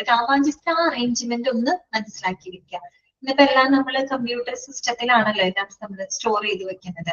അപ്പോ ഈ പറയുന്ന രോഗികളുടെ മെഡിക്കൽ റെക്കോർഡുകൾ നമ്മൾ എങ്ങനെയാണ് ഒരു ഫോൾഡറിനകത്ത് അറേഞ്ച് ചെയ്ത് വെക്കുന്നത്, ക്രമീകരിച്ച് വെക്കുന്നത്, ആ ഒരു അറേഞ്ച്മെന്റ് ഓർഡർ ആണ് അവിടെ കൊടുത്തിരിക്കുന്നത് കേട്ടോ. അപ്പൊ നോക്കുക, the arrangement of forms with the folder is as follows. Okay, ഈ ഒരു രീതിയിലാണ് നമ്മൾ അത് അറേഞ്ച് ചെയ്ത് വെക്കുന്നത്. ഒന്ന് ഔട്ട് പേഷ്യന്റ് ഫോംസുകളായിരിക്കും ആദ്യം വെക്കുക. എന്ന് വെച്ചാൽ നമ്മൾ OP വിഭാഗത്തിൽ നിന്നുള്ള വിവരങ്ങളും കാര്യങ്ങളാണ് ആദ്യം നമ്മൾ അങ്ങനെയാണ് അറേഞ്ച് ചെയ്തത്, ഔട്ട് പേഷ്യന്റ്. ദെൻ കറസ്പോണ്ടൻസ് എന്ന് പറയുമ്പോൾ അറിയാലോ, നമ്മൾ ഈ കത്തുകള് അല്ലെങ്കിൽ നമ്മുടെ കമ്മ്യൂണിക്കേഷനുമായിട്ട് ബന്ധപ്പെട്ട കാര്യങ്ങളാണ് അതിനകത്ത് വരുന്നത്. കറസ്പോണ്ടൻസ് എന്ന് പറയുമ്പോൾ ഇവിടെ ഉദ്ദേശിക്കുന്നത് കമ്മ്യൂണിക്കേഷൻസ് ആണ്. ഓക്കെ, കത്തുകളാവാം, മറ്റ് നമ്മൾ കമ്മ്യൂണിക്കേറ്റ് ചെയ്യുന്ന രീതികള് ഹോസ്പിറ്റലിനകത്തും പേഷ്യൻസിനൊക്കെ ആയിട്ടൊക്കെ കമ്മ്യൂണിക്കേറ്റ് ചെയ്യുന്നത്. അപ്പൊ മിനിറ്റ് കേട്ടോ, മിനിറ്റ്.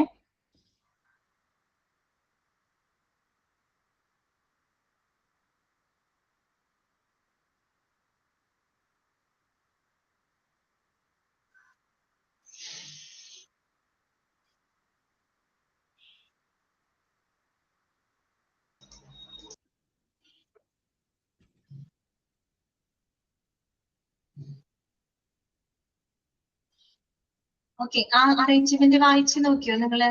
അറേഞ്ച്മെന്റ് വായിച്ചു നോക്കിയോ? ഓക്കെ ആണോ?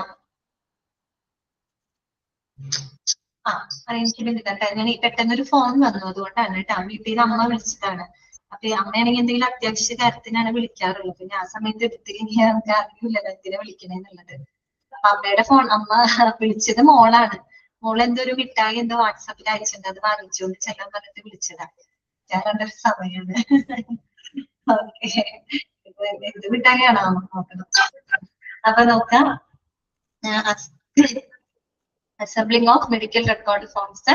ഒന്നാമത്തത് ഔട്ട് പേഷ്യന്റ്, അപ്പൊ ഒ പി വിഭാഗത്തിൽ നിന്നുള്ള വിവരങ്ങളായിരിക്കും.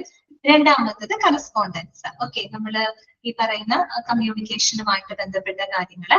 മൂന്നാമത്തത് ഇൻവെസ്റ്റിഗേഷൻസ് കേട്ടോ, പരിശോധനകളുമായിട്ട്, രോഗിയുടെ പരിശോധനകളുമായിട്ട് ബന്ധപ്പെട്ട കാര്യങ്ങള്. നാലാമത്തത് ഇൻപേഷ്യന്റ് കേട്ടോ, അഡ്മിറ്റ് ആവുന്ന സമയത്ത് ഉണ്ടാവുന്ന ചികിത്സാ വിവരങ്ങളൊക്കെ. ഈ ഒരു രീതിയിലാണ് നമ്മൾ ഒരു ഈ പറയുന്ന മെഡിക്കൽ റെക്കോർഡിൽ നമ്മളൊരു ഫോൾഡറിൽ ഇങ്ങനെയാണ് ക്രമീകരിച്ച് വെക്കുന്നത് കേട്ടോ. Out patient, correspondence, investigations, inpatient. അത് മാത്രം മനസ്സിലാക്കിയാൽ മതി. പിന്നെ അതിനകത്ത് വരുന്ന കാര്യങ്ങളാണ് അവിടെ ഇങ്ങനെ കുറെ കൊടുത്തിട്ടുള്ളത്. ഇത് അത്ര ഇമ്പോർട്ടന്റ് അല്ല, പക്ഷെ നമുക്ക് അത് വെറുതെ ഒന്ന് വായിച്ചു നോക്കാൻ മാത്രം. ഔട്ട് പേഷ്യന്റ് നോക്കാം. ഔട്ട് പേഷ്യന്റ് എന്ന് പറയുന്നത് എന്താണെന്നുള്ളത് അറിയാലോ. It contains out patient form and out patient follow up in chronological order. Other forms are attached as required. അതായത് നമ്മൾ ഈ പറയുന്ന ഔട്ട് പേഷ്യന്റ് ഫോം എന്ന് പറയുമ്പോൾ ഒ പി വിഭാഗത്തിൽ നിന്നുള്ള വിവരങ്ങളും മറ്റുമാണ് അല്ലെ അതിനകത്ത് ഉൾപ്പെടുത്തുന്നത്. അത് ഔട്ട് പേഷ്യന്റ് ഫോളോ അപ്പ് എന്ത് ഓർഡറിലാണ്? ക്രോണോളജിക്കൽ ഓർഡറിലാണ് കേട്ടോ. കൃത്യമായ സമയക്രമത്തിനനുസരിച്ചിട്ടാണ് നമ്മൾ അതിനകത്ത് അറേഞ്ച് ചെയ്ത് വെക്കുന്നത് കേട്ടോ. അതിനോടനുബന്ധിച്ചുള്ള മറ്റു ഫോമുകളും നമ്മൾ എന്ത് ചെയ്യുന്നുണ്ട്, അതിനോടുകൂടി അറ്റാച്ച് ചെയ്ത് സൂക്ഷിക്കുന്നുണ്ട്. അപ്പൊ അത് ഒന്ന് നോട്ട് ചെയ്ത് വെക്കാം. ഔട്ട് പേഷ്യന്റ് ഫോം എന്ന് പറയുമ്പോൾ it contains out patient form. Out patient എന്ന് പറയുന്ന ആ ഒരു ഇതെടുത്തു കഴിഞ്ഞാൽ അതിനകത്ത് ഔട്ട് പേഷ്യന്റ് ഫോമുകളും ഔട്ട് പേഷ്യന്റ് ഫോളോ അപ്പ് ആയിരിക്കും. അത് ക്രോണോളജിക്കൽ ഓർഡറിലാണ് കേട്ടോ, കൃത്യമായ ഡേറ്റ് അനുസരിച്ച് അങ്ങനെയാണ് നമ്മൾ അറേഞ്ച് ചെയ്ത് വെക്കുന്നത് കേട്ടോ. കറസ്പോണ്ടൻസ് എന്ന് പറയുന്ന കമ്മ്യൂണിക്കേഷനായിട്ട് കാര്യക്കാരൻ. ഇപ്പൊ നമ്മൾ ഈ റെഫറൽ ലെറ്ററുകളൊക്കെ എന്താണ്, അതൊരു കമ്മ്യൂണിക്കേഷൻ അല്ലേ. ഇപ്പൊ ഒരു ഹോസ്പിറ്റലിൽ മറ്റൊരു ഹോസ്പിറ്റലോട് റെഫർ ചെയ്ത് വിടുന്ന റെഫറൽ ലെറ്റർ കൊടുക്കുന്നതും അതൊക്കെ കമ്മ്യൂണിക്കേഷൻ ആണ് അല്ലെ. പരസ്പരം ഓരോ ഡിപ്പാർട്ട്മെന്റുകൾ അല്ലെങ്കിൽ വിവിധ ഹോസ്പിറ്റലുകള് അല്ലെങ്കിൽ അവിടുത്തെ വിവിധ ഹെൽത്ത് വർക്കേഴ്സ് ഒക്കെ തമ്മിലുള്ള ഒരു കമ്മ്യൂണിക്കേഷൻ കാര്യങ്ങളാണ്. എന്തൊക്കെ വരും അതിനകത്ത് ഒന്ന് വായിച്ചു പോയാൽ മതി. It includes the referral letter form, admission request form, consultation form, consent two and investigations, pre-operative checklist before operation, notification of sick form, birth notification, medical report, infection control form, incident report അല്ലെ. ഇതൊക്കെ നമ്മൾ ഒരു communication ആണ്. Report രൂപത്തിൽ നമ്മൾ മറ്റൊരു വ്യക്തി means സ്റ്റാഫുകളായിട്ടോ മറ്റു ഡിപ്പാർട്ട്മെന്റുകളായിട്ടോ കമ്മ്യൂണിക്കേറ്റ് ചെയ്യുന്ന കാര്യങ്ങളാണ് അല്ലെ. ഓക്കെ, ഇത്രയേ ഉള്ളൂ. ദെൻ അടുത്തതാണ് ഇൻവെസ്റ്റിഗേഷൻസ്. ഇൻവെസ്റ്റിഗേഷൻ എന്ന് പറയുന്നത് എന്താണ്, നമ്മൾ രോഗിയിൽ നടത്തുന്ന പരിശോധനകളും മറ്റുമാണ് അതിനകത്ത് വരുന്നത് അല്ലെ, ഇൻവെസ്റ്റിഗേഷൻസ്. അപ്പൊ നോക്കാം, it contains laboratory mount sheets in which all laboratory reports are arranged in chronological order. Okay, അതിനകത്ത് ഇൻവെസ്റ്റിഗേഷൻ എന്ന് പറയുമ്പോൾ കുറെ കാര്യങ്ങളുണ്ടല്ലോ. എക്സ്റേ ആവാം, ECG അല്ലെ, ഇതൊക്കെ ഇൻവെസ്റ്റിഗേഷൻ പരിശോധനകൾ നമ്മൾ നടത്തുന്നുണ്ട്, ലാബ് ടെസ്റ്റുകൾ നടത്തുന്നുണ്ട്, റേഡിയോളജി ടെസ്റ്റുകളൊക്കെ അതിന്റെ ഭാഗമാണ് അല്ലെ. അപ്പോ ഈ പറയുന്ന എക്സ്റേ കാര്യങ്ങളൊക്കെയാണ്. അതും ഇതെല്ലാം നമ്മൾ അറേഞ്ച് ചെയ്യുന്നത് ഒരു ക്രോണോളജിക്കൽ ഓർഡറിലാണ് കേട്ടോ, ക്രോണോളജിക്കൽ ഓർഡറിലാണ്. അപ്പൊ നോക്കാം, X-ray mount sheets with all radiology reports mounted in chronological order കേട്ടോ.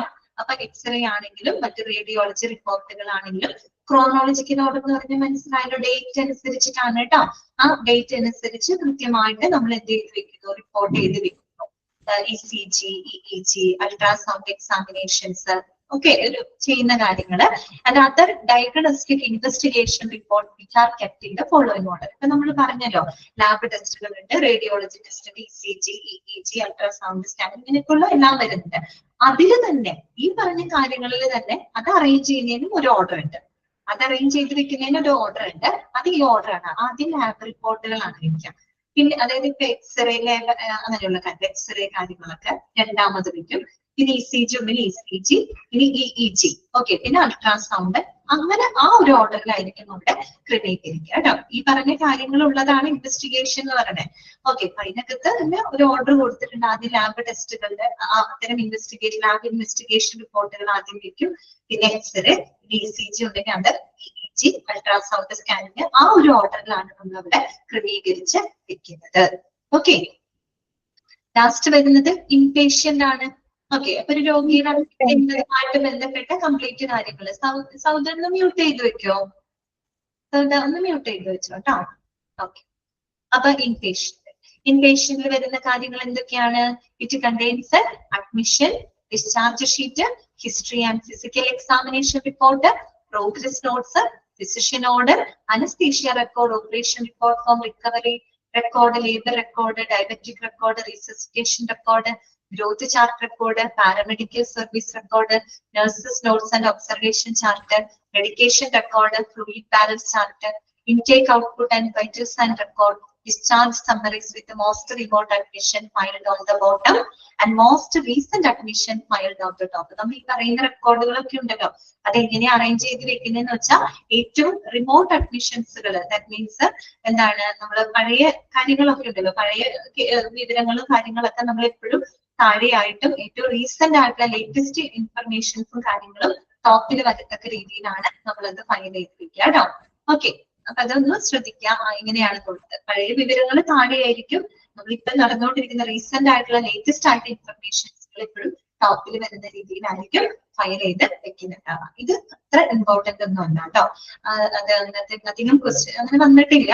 പക്ഷെ ഈ ഒരു അറേഞ്ച്മെന്റ് നിങ്ങളൊന്ന് പഠിച്ചു വെക്കേണ്ട. അസംബ്ലിങ് എങ്ങനെയാണെന്ന് വെച്ചാൽ ആ ഒരു ഓർഡർ ഒന്ന് മനസ്സിലാക്കി വെക്കുക. Outpatient, correspondence, investigation, inpatient. Outpatient ആദ്യം, ലാസ്റ്റ് ആണ് ഇൻപേഷ്യന്റ് വരുന്നത്. അതിന്റെ ഇടയ്ക്കായിട്ട് കറസ്പോണ്ടൻസ് ഉണ്ട്, ഇൻവെസ്റ്റിഗേഷൻസും വരുന്നുണ്ട്. ഇതാണ് മെഡിക്കൽ റെക്കോർഡ് ഫോംസിന്റെ അസംബ്ലിങ്ങിനെ പറ്റിയിട്ട് മനസ്സിലാക്കേണ്ടത് കേട്ടോ. ക്ലിയർ ആയല്ലോ പറഞ്ഞത്? ഓക്കെ അല്ലേ?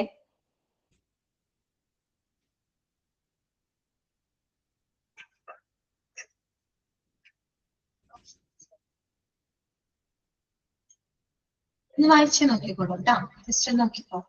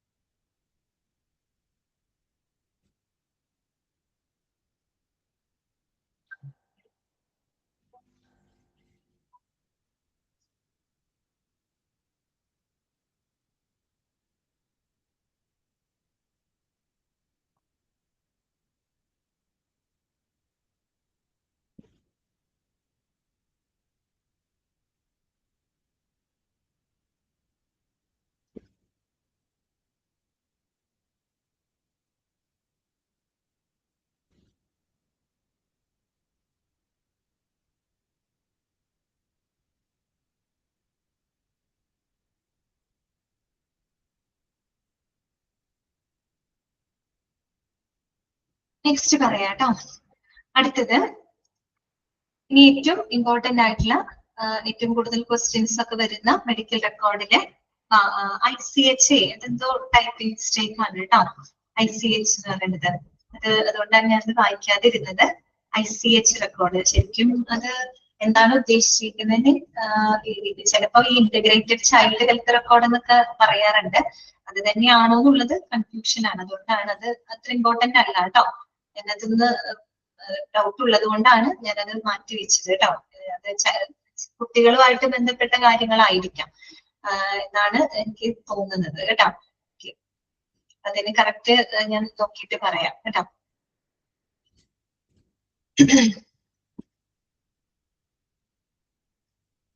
നെക്സ്റ്റ് വരുന്നതാണ് filing methods and storage of medical records കേട്ടോ. Filing methods and storage of medical records. അതായത് നമ്മൾ എങ്ങനെയാണ് ഇനി നമ്മൾ പഠിക്കുന്നത് മെഡിക്കൽ റെക്കോർഡിന്റെ നമ്പറിംഗ് ഫയലിംഗ് സിസ്റ്റത്തിനെ പറ്റിയിട്ടാണ് കേട്ടോ. നമ്പറിംഗ് ആൻഡ് ഫയലിംഗ് സിസ്റ്റം ആണ്. അപ്പൊ പ്രധാനമായിട്ട് നമുക്ക് 5 രീതിയാണ് പഠിക്കാനുള്ളത്. 5 ഫയലിംഗ് സിസ്റ്റം ആണ് പഠിക്കാനായിട്ടുള്ളത് കേട്ടോ. അപ്പൊ നോക്കുക, filing methods and storage of medical records. Record numbering and filing system. There are several types of numbering and filing systems കേട്ടോ. അപ്പൊ പ്രധാനമായിട്ടും 5 തരത്തിലുള്ള ഫയലിംഗ് സിസ്റ്റംസ് ആണുള്ളത്. ഒന്ന് സീരിയൽ നമ്പറിംഗ്. ഇത് ഈ 5 തരം എന്ന് പറയുമ്പോൾ ഇതില് 5 തരത്തിലുള്ളത് ഉണ്ടെന്ന് മനസ്സിലാക്കി വെക്കും. ഇതിൽ ഒരു തരം മാത്രമാണ് നമ്മൾ ഹോസ്പിറ്റലിലൊക്കെ അതാണ് ഫോളോ ചെയ്യുന്നത്. പക്ഷെ ഈ 5 രീതികളിൽ നമുക്ക് എന്ത് ചെയ്യാൻ പറ്റും? മെഡിക്കൽ റെക്കോർഡുകളെ നമ്പർ ചെയ്ത് ഫയൽ ചെയ്ത് സൂക്ഷിക്കാനായിട്ട് പറ്റും. അപ്പൊ ഓരോ ഫയലിംഗ് സിസ്റ്റത്തിന് അതിൻ്റെതായ ചില പ്രത്യേകതകളുണ്ട്. അതിൻ്റെതായ ബെനിഫിറ്റും ഉണ്ട്, അതുപോലെ തന്നെ ഡ്രോബാക്കുകളുണ്ട്. അപ്പൊ നിങ്ങളത് പഠിക്കുന്ന സമയത്ത് ശ്രദ്ധിക്കേണ്ട എന്താണെന്ന് വെച്ച് കഴിഞ്ഞാൽ നമ്മൾ ഓരോ ഫയലിംഗ് സിസ്റ്റത്തിനും പ്രത്യേകത നോട്ട് ചെയ്ത് വെക്കാം. ചിലപ്പോൾ അത് തന്നിട്ട് നിങ്ങളോട് ഇത് ഏത് ടൈപ്പ് ഓഫ് ഫയലിംഗ് സിസ്റ്റം ആണെന്നോ ആ രീതിയിൽ ചോദിക്കാം. ഓക്കെ, അപ്പൊ നമുക്ക് ഓരോന്നും അറിയണം, ഓരോന്നിന്റെ ക്യാരക്ടറിസ്റ്റിക്സ് എന്താന്നുള്ളത് നോട്ട് ചെയ്ത് വെക്കാം. അത് തന്നിട്ട് ഏത് ടൈപ്പ് ഓഫ് ഫയലിംഗ് സിസ്റ്റം ആണ് എന്ന് ചോദിക്കുമ്പോൾ നിങ്ങൾക്ക് അത് ഐഡന്റിഫൈ ചെയ്യാൻ പറ്റും.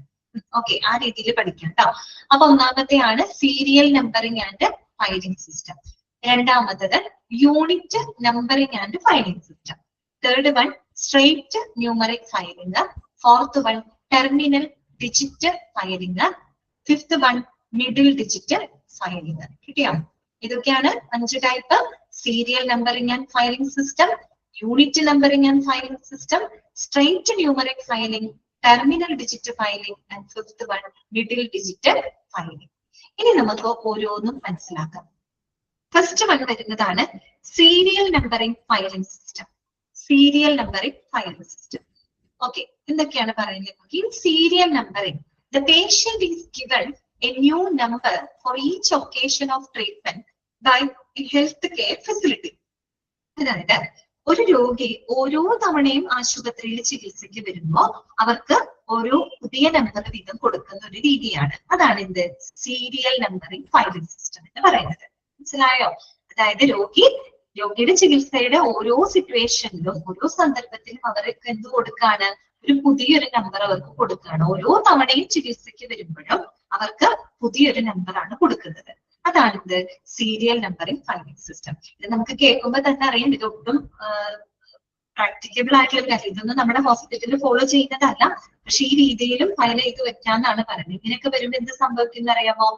ഒരാൾക്ക് തന്നെ ഒന്നിൽ കൂടുതൽ റെക്കോർഡുകളൊക്കെ വരാനുള്ള ഒരു സാധ്യതയുണ്ട്. കാരണം ഓരോ തവണ ചികിത്സയ്ക്ക് വരുമ്പോഴും നമ്മൾ എന്ത് കൊടുക്കുകയാണ്? ഒരു പുതിയൊരു നമ്പർ അവർക്ക് അലോട്ട് ചെയ്ത് കൊടുക്കുകയാണ്. ഓക്കെ, അതാണ് അവിടെ പറഞ്ഞിരിക്കുന്നത്. അതാണ് അതിന്റെ ഏറ്റവും വലിയ പ്രത്യേകത കേട്ടോ. In serial numbering the patient is given a new number for each occasion of treatment by a healthcare facility. രണ്ടാമത്തേത് ഈ പറഞ്ഞ കാര്യമാണ് 3 different numbers are allotted if a patient is registered 3 times. ഒരു പേഷ്യന്റ് 3 തവണ വന്നിട്ടുണ്ട്, 3 തവണ രജിസ്റ്റർ ചെയ്തിട്ടുണ്ടെങ്കിൽ അവർക്ക് 3 വ്യത്യസ്ത നമ്പറുകൾ അവർക്ക് കൊടുത്തിട്ടുണ്ട്. സാധാരണ നമ്മൾ അങ്ങനെയല്ലല്ലോ. നമ്മളൊരു ഹോസ്പിറ്റലിൽ പോകുമ്പോൾ നമ്മൾ ആദ്യം രജിസ്റ്റർ ചെയ്യുമല്ലോ. അപ്പൊ നമുക്ക് ഒരു നമ്പർ തരുള്ളൂ. ആ ഒരൊറ്റ നമ്പർ നമ്മൾ UHID എന്ന് പറഞ്ഞൊരു നമ്പർ ഉണ്ടാവും അല്ലെ? ഓക്കെ, ആ നമ്പറാണ് പിന്നീട് നമ്മൾ ആ ഹോസ്പിറ്റലിൽ ഏതൊരു ട്രീറ്റ്മെന്റിന്റെ കാര്യങ്ങൾക്കൊക്കെ വരുമ്പോൾ നമ്മുടെ നമ്പർ അതാണ്. ആ നമ്പർ വെച്ചിട്ടാണ് പിന്നെ നമ്മൾ ചെയ്യുന്നത്. പക്ഷെ ഇവിടെ അങ്ങനെയല്ല. ഇവിടെ ഓരോ തവണ ചികിത്സയ്ക്ക് വരുമ്പോഴും ഓരോ പുതിയ നമ്പർ അവർക്ക് അലോട്ട് ചെയ്ത് കൊടുക്കുകയാണ്. ഇപ്പൊ എക്സാമ്പിൾ ആയിട്ടാണ് പറഞ്ഞത്. ഇപ്പൊ ഒരു രോഗി 3 തവണ ഹോസ്പിറ്റലിൽ വരുന്നുണ്ട്, 3 തവണ രജിസ്റ്റർ ചെയ്യുന്ന 3 വ്യത്യസ്ത നമ്പറുകൾ അലോട്ട് ചെയ്ത് കൊടുക്കും. ഓക്കെ, പിന്നെ എന്താണ്? All numbers allotted to a patient are recorded in the master patient index. അവർക്ക് നമ്മൾ ഓരോ തവണയും കൊടുക്കുന്ന നമ്പർ ഉണ്ടല്ലോ, അത് അവരുടെ പേഷ്യന്റ് മാസ്റ്റർ ഇൻഡെക്സിനകത്ത് രേഖപ്പെടുത്തും. പേഷ്യന്റ് മാസ്റ്റർ ഇൻഡെക്സ് നമ്മൾ തുടക്കം പഠിച്ചിരുന്നു. ഒരു രോഗിയുടെ ഏറ്റവും അടിസ്ഥാനപരമായിട്ടുള്ള വിവരങ്ങൾ ഉൾപ്പെടുത്തിക്കൊണ്ട് തയ്യാറാക്കുന്ന ഒരു റെക്കോർഡാണ് പേഷ്യന്റ് മാസ്റ്റർ ഇൻഡെക്സ്. അവരുടെ ഏറ്റവും ഡെമോഗ്രഫിക് ഇൻഫർമേഷൻ എന്ന് പറയും, ഏറ്റവും ബേസിക് ആയിട്ടുള്ള അവരുടെ ഇൻഫർമേഷൻസുകൾ എല്ലാം ഉൾപ്പെടുത്തി തയ്യാറാക്കുന്നതാണ് പേഷ്യന്റ് മാസ്റ്റർ ഇൻഡെക്സ്. അപ്പൊ അതിനകത്ത് ഈ കൊടുക്കുന്ന എല്ലാ നമ്പറുകളും ആ റെക്കോർഡിനകത്ത് എന്ത് ചെയ്ത് വെക്കവര് അത് രേഖപ്പെടുത്തി വെക്കുന്നുണ്ടായിരിക്കും. ഇനി because A new number is provided for each occasion of service A new medical record is also developed. അതായത് ഓരോ ഒക്കേഷനിലും അവർക്ക് ഒരു പുതിയ നമ്പർ അലോട്ട് ചെയ്ത് കൊടുക്കുന്നതിനനുസരിച്ച് അതിനനുസരിച്ച് ഓരോ പുതിയ മെഡിക്കൽ റെക്കോർഡുകളും അവിടെ എന്ത് ചെയ്യുന്നുണ്ട്? ഡെവലപ്പ് ചെയ്യുന്നുണ്ട് അല്ലെ? ഇപ്പൊ ഒരു പ്രാവശ്യം പോയി ഒരു നമ്പർ കൊടുത്തു, ആ നമ്പർ വെച്ച് ഒരു മെഡിക്കൽ റെക്കോർഡ് അവിടെ ക്രിയേറ്റ് ചെയ്ത് വെച്ചു. ഇനി അത് കഴിഞ്ഞ് ഒരു 2 മാസത്തിന് കഴിഞ്ഞപ്പോ വീണ്ടും അവർ പോവാണ്, വീണ്ടും രജിസ്റ്റർ ചെയ്ത് പുതിയ നമ്പർ കിട്ടി, ആ നമ്പർ വെച്ച് വേറൊരു മെഡിക്കൽ റെക്കോർഡ് അവിടെ ഡെവലപ്പ് ചെയ്തു. അപ്പൊ ഒരു രോഗിക്ക് തന്നെ ഒന്നിൽ കൂടുതൽ റെക്കോർഡുകൾ വരുന്ന ഒരു സിറ്റുവേഷൻ ആണ് അവിടെ ഉണ്ടാവുന്നത് അല്ലെ? ഇത് കേൾക്കുമ്പോൾ നമുക്കറിയാം ഒട്ടും പ്രാക്ടിക്കലി എന്തെല്ലാം പോസിബിൾ അല്ല. ഈ ഒരു ഇതൊന്നും അല്ല നമ്മൾ ഹോസ്പിറ്റലിൽ ഫോളോ ചെയ്യുന്നത് കേട്ടോ. ഓക്കെ, അപ്പൊ അതൊന്നും ഓർത്തിരിക്കാം. ഇനി the patient records are filed in as many places in the file as the number of times the patient has received the care at the facility. കണ്ടോ? അപ്പൊ അതായത് ഓരോ തവണ പോകുമ്പോഴും പുതിയ പുതിയ നമ്പർ കൊടുത്ത് അതിനനുസരിച്ച് മെഡിക്കൽ റെക്കോർഡുകൾ ഡെവലപ്പ് ആവുന്നത് തന്നെ ഒരു വ്യക്തിയുടെ തന്നെ ഒന്നിൽ കൂടുതൽ മെഡിക്കൽ റെക്കോർഡുകൾ പല സ്ഥലത്തായിട്ട് സ്കാറ്റർ ചെയ്ത് കിടക്കുന്ന ഒരു അവസ്ഥയിലായിരിക്കും ഉണ്ടായിരിക്കുക. ഓക്കെ, ഇങ്ങനെയുള്ള ഒരു രീതിയിലുള്ള ഒരു ഫയലിംഗ് സിസ്റ്റത്തിന് നമുക്ക് എന്ത് പറയാം? സീരിയൽ നമ്പറിംഗ് ഫയലിംഗ് സിസ്റ്റം എന്നാണ് പറയുന്നത് കേട്ടോ. അതാണ് സീരിയൽ നമ്പർ. അപ്പൊ ആ പ്രത്യേകതകളൊക്കെ നിങ്ങൾക്ക് മനസ്സിലായല്ലോ. രോഗിയുടെ ട്രീറ്റ്മെന്റ് മീൻസ് അവരുടെ ആ ഒരു സന്ദർശനത്തിന്റെ ഓരോ ഒക്കേഷനിലും അവർക്ക് ഒരു പുതിയ നമ്പർ അലോട്ട് ചെയ്ത് കൊടുക്കുന്നു. ഒരു രോഗി 3 തവണ രജിസ്റ്റർ ചെയ്തിട്ടുണ്ടെങ്കിൽ 3 വ്യത്യസ്ത നമ്പറുകൾ കിട്ടുന്നു. ആ നമ്പറുകളെല്ലാം തന്നെ അവരുടെ പേഷ്യന്റ് മാസ്റ്റർ ഇൻഡെക്സിനകത്ത് രേഖപ്പെടുത്തി വെക്കുന്നു. പിന്നെ എന്താണ്, ഓരോ തവണ പുതിയ നമ്പർ കൊടുക്കുമ്പോഴും ആ നമ്പർ വെച്ച് അവിടെ മെഡിക്കൽ റെക്കോർഡുകൾ ഡെവലപ്പ് ആവുന്നുണ്ട്. അതുകൊണ്ട് ഒരു രോഗിയുടെ തന്നെ വ്യത്യസ്ത മെഡിക്കൽ റെക്കോർഡുകൾ പല സ്ഥലങ്ങളിലായിട്ട് എന്തായിരിക്കും, ചിതറി കിടക്കുന്ന ഒരു അവസ്ഥയിലായിരിക്കും. പിന്നെ ഒരു കാര്യമുണ്ട്, നമുക്ക് ആ റെക്കോർഡ് നോക്കിക്കഴിഞ്ഞാൽ ഒരു കാര്യം അറിയാൻ പറ്റും, എത്ര തവണ അവിടെ പരിചരണത്തിന് വന്നു എന്നുള്ളത് നമുക്ക് ആ റെക്കോർഡുകളുടെ എണ്ണം നോക്കി മനസ്സിലാക്കാൻ പറ്റും. ശരി, ആ റെക്കോർഡുകൾ കാണുമ്പോൾ നമുക്ക് അറിയാൻ പറ്റും അയാൾ എത്ര പ്രാവശ്യം ആ ഹോസ്പിറ്റലിൽ ട്രീറ്റ്മെന്റിനായിട്ട് വന്നിട്ടുണ്ട് എന്നുള്ളത് നമുക്ക് മനസ്സിലാക്കാൻ പറ്റും അല്ലെ. അതാണ് അവിടെ പറയുന്നത്. Number of times the patient has received the care at the facility. ചുരുക്കി പറഞ്ഞാല് ഒരു രോഗി അവിടെ എത്ര തവണ പരിചരണത്തിന് വന്നു എന്നതിന്റെ അടിസ്ഥാനത്തിലായിരിക്കും അവിടെ റെക്കോർഡുകൾ ഫയൽ ചെയ്ത് സൂക്ഷിക്കുന്നത്. ഇതാണ് in the serial numbering filing system. Okay അല്ലേ? Serial numbering filing system clear? അടുത്ത കാണുന്നത് unit numbering and filing system. ആ പേര് സൂചിപ്പിക്കുന്ന യൂണിറ്റ് നമ്പറിംഗ് എന്ന് പറയുമ്പോൾ തന്നെ നമുക്ക് മനസ്സിലായി ഒരൊറ്റ നമ്പറും ഉണ്ടാവുള്ളൂ, ഒരൊറ്റ റെക്കോർഡ് ഉണ്ടാവും. അതാണ് നമ്മൾ ഹോസ്പിറ്റലിൽ പൊതുവെ ഉപയോഗിക്കുന്ന രീതി എന്ന് പറയുന്നത്. ഇതാണ് unit numbering and filing system. Okay, ഒറ്റ നമ്പർ, ഒറ്റ മെഡിക്കൽ റെക്കോർഡ്, ആ മെഡിക്കൽ റെക്കോർഡിന് കംപ്ലീറ്റ് ഇൻഫർമേഷൻസും ആ ഒരു മെഡിക്കൽ റെക്കോർഡിനകത്ത് നമ്മൾ കളക്ട് ചെയ്ത് വെച്ചിട്ടുണ്ടായിരിക്കും. അപ്പൊ നോക്കാം, here the patient is allocated A number on the first admission or visit which is retained for all subsequent admissions and treatments. ഇവിടെ പേഷ്യന്റിന്റെ ആ ഒരു ആദ്യത്തെ അഡ്മിഷൻ സമയത്ത് അവർക്ക് നമ്മൾ ഒരു നമ്പർ അലോക്കേറ്റ് ചെയ്ത് കൊടുക്കുന്നു. പിന്നീട് അവരുടെ ചികിത്സകളിലുടനീളം അതേ നമ്പർ തന്നെയാണ് അവിടെ ഉപയോഗപ്പെടുത്തുന്നത്. പിന്നീട് നമ്പർ പോകുന്നുണ്ടോ ഇല്ല, ഒരു UHID നമ്പർ തരും അല്ലെ രജിസ്റ്റർ ചെയ്യുമ്പോൾ, അത് നമ്മൾ സൂക്ഷിച്ചു വെച്ചാൽ മതി അല്ലെ. നമ്മുടെ ഇന്നിപ്പോ ഹോസ്പിറ്റലൊക്കെ പോകാൻ നമ്മുടെ ഫോൺ നമ്പർ അടിക്കുമ്പോൾ തന്നെ നമ്മുടെ കാര്യങ്ങളും ഡീറ്റെയിൽസും ഒക്കെ കിട്ടും, ആ ഒരു ഐഡിയ ഒക്കെ കിട്ടും അല്ലെ. ഓക്കെ, ഇനി unit numbering provides A single record which is a composite of all data gathered on a given patient regardless of the number or types of services provided. Lunch ചെയ്ത് പോവാട്ടോ. യൂണിറ്റ് നമ്പറിംഗ് എന്ന് പറയുമ്പോൾ അവിടെ എന്താണ്, ഒരൊറ്റ റെക്കോർഡേ ഉണ്ടാവുന്നുള്ളൂ. ആ ഒരു റെക്കോർഡിനായിരിക്കും ആ രോഗിയുടെ കംപ്ലീറ്റ് ഇൻഫർമേഷൻസ് ആ ഒരു റെക്കോർഡിൽ നമ്മൾ ശേഖരിച്ച് വെച്ചിട്ടുണ്ടായിരിക്കും. അല്ലാണ്ട് ഒരിക്കലും എത്ര തവണ പരിചരണത്തിന് വന്നോ അതിനെ ആശ്രയിച്ചിട്ടാണോ നമ്മളിവിടെ റെക്കോർഡ് ചെയ്ത് വെക്കുന്നത്? അല്ല, എല്ലാ വിവരങ്ങളും ആ ഒരൊറ്റ റെക്കോർഡിലായിരിക്കും ഉണ്ടായിരിക്കാം. അതേസമയം സീരിയൽ നമ്പറിംഗിൽ അങ്ങനെയല്ലല്ലോ. എത്ര തവണ, എത്ര നമ്പർ ഓഫ് ടൈംസ് അവിടെ ട്രീറ്റ്മെന്റിന് വന്നു എന്നതിന്റെ ബേസിലാണ്. ഇവിടെ നമ്മൾ അതല്ല കണക്കാക്കുന്നത് അല്ലെ. ഒറ്റ റെക്കോർഡും ഒറ്റ നമ്പറും ആ റെക്കോർഡിനകത്ത് കംപ്ലീറ്റ് വിവരങ്ങൾ ഉണ്ടായിരിക്കും. The patient's total medical record is thus filed as a unit in one folder under one number. Unit numbering ആണ് അല്ലെ. ഒറ്റ നമ്പറിൽ ഒരു ഫോൾഡറിന്റെ കീഴില് ഒറ്റ യൂണിറ്റ് ആയിട്ടായിരിക്കും അവിടെ മെഡിക്കൽ റെക്കോർഡുകൾ ഫയൽ ചെയ്ത് വെക്കുന്നത്. ഈ ഒരു രീതിയാണ് നമ്മൾ ഹോസ്പിറ്റലിൽ ഉപയോഗപ്പെടുത്തുന്നത് കേട്ടോ. That is called unit numbering and filing system. Okay, ഇപ്പൊ രണ്ടാമത്തെ മനസ്സിലായല്ലോ, രണ്ടാമത്തെ ക്ലിയർ ആണല്ലോ. ഓക്കെ, ഇനി മൂന്നാമത്തെയാണ് എന്ത്, സ്ട്രെയിറ്റ് ന്യൂമറിക് ഫയലിംഗ്. അതാണ് സ്ട്രെയിറ്റ് ന്യൂമറിക് ഫയലിംഗ്. ആ പേര് സൂചിപ്പിക്കുന്ന സ്ട്രെയിറ്റ് നമ്പേഴ്സ് എന്ന് പറയുന്നത് നമ്മള് കോൺസിക്യൂട്ടീവ് ആയിട്ടുള്ള നമ്പേഴ്സ് തുടർച്ചയായിട്ട് 1 2 3 4 5 6 അങ്ങനത്തെ സ്ട്രെയിറ്റ് ന്യൂമറിക് ആണ് അല്ലെ. സ്ട്രെയിറ്റ് നമ്പേഴ്സ് ആയിട്ട് എന്ന് പറഞ്ഞാല് മെഡിക്കൽ റെക്കോർഡ് നമ്പറുകളുടെ കൃത്യമായ ക്രമത്തിൽ, അതായത് കോൺസിക്യൂട്ടീവ് ആയിട്ട് അർത്ഥം കേട്ടോ, 1 2 3 4 ആ ഒരു സ്ട്രെയിറ്റ് നമ്പേഴ്സ് ആയിട്ട് തുടർച്ചയായിട്ടുള്ള നമ്പേഴ്സ് ആണ്. ആ രീതിയിൽ മെഡിക്കൽ റെക്കോർഡ് നമ്പറിനനുസരിച്ച് നമ്മൾ എന്ത് ചെയ്യാണ്, ആ നമ്പറിനനുസരിച്ച് കൃത്യമായിട്ടുള്ള ക്രമത്തില് മെഡിക്കൽ റെക്കോർഡുകൾ ഫയൽ ചെയ്ത് സൂക്ഷിക്കുന്ന ഒരു രീതിയാണ് സ്ട്രെയിറ്റ് ന്യൂമറിക് ഫയലിംഗ് എന്ന് പറയുന്നത്. ഫസ്റ്റത്തെ സെന്റൻസ് നോക്കുക. Straight numeric means to the filing of records in accurate chronological order as per to the medical record number. Medical record number in the chronological order. Medical record number in the തുടർച്ചയായിട്ടുള്ള ആ ഒരു 1 2 3 4 എന്നുള്ള രീതിയിൽ കൃത്യമായ ക്രമത്തിൽ medical റെക്കോർഡുകൾ നമ്മൾ file ചെയ്ത് വെക്കുന്ന ഒരു രീതിയാണ് എന്ത്, സ്ട്രെയിറ്റ് ന്യൂമറിക് ഫയലിംഗ് എന്ന് പറയുന്നത്.